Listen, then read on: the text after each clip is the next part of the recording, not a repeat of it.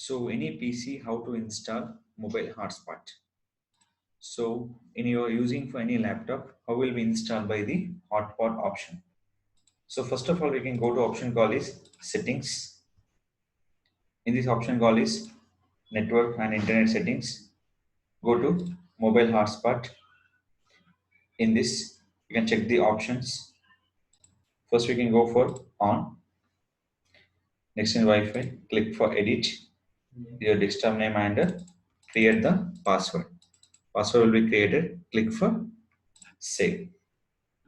After that, coming to in this Wi-Fi, they will activate by hotspot will be here. That will be connect 0 to 8. Now simply we can after enable this will be you can see on any pieces and anything you can enable for hotspot internet where the repeat 1 second steps go for settings. I'll show down previous one settings. In this network and internet go for mobile hotspot. When share my internet connection with the other device on, select by the Wi-Fi. You can select by before options are here. Only Wi-Fi will be option. Enable it in this name and your everything. So for changing any PC name, you can change it by name here and your password.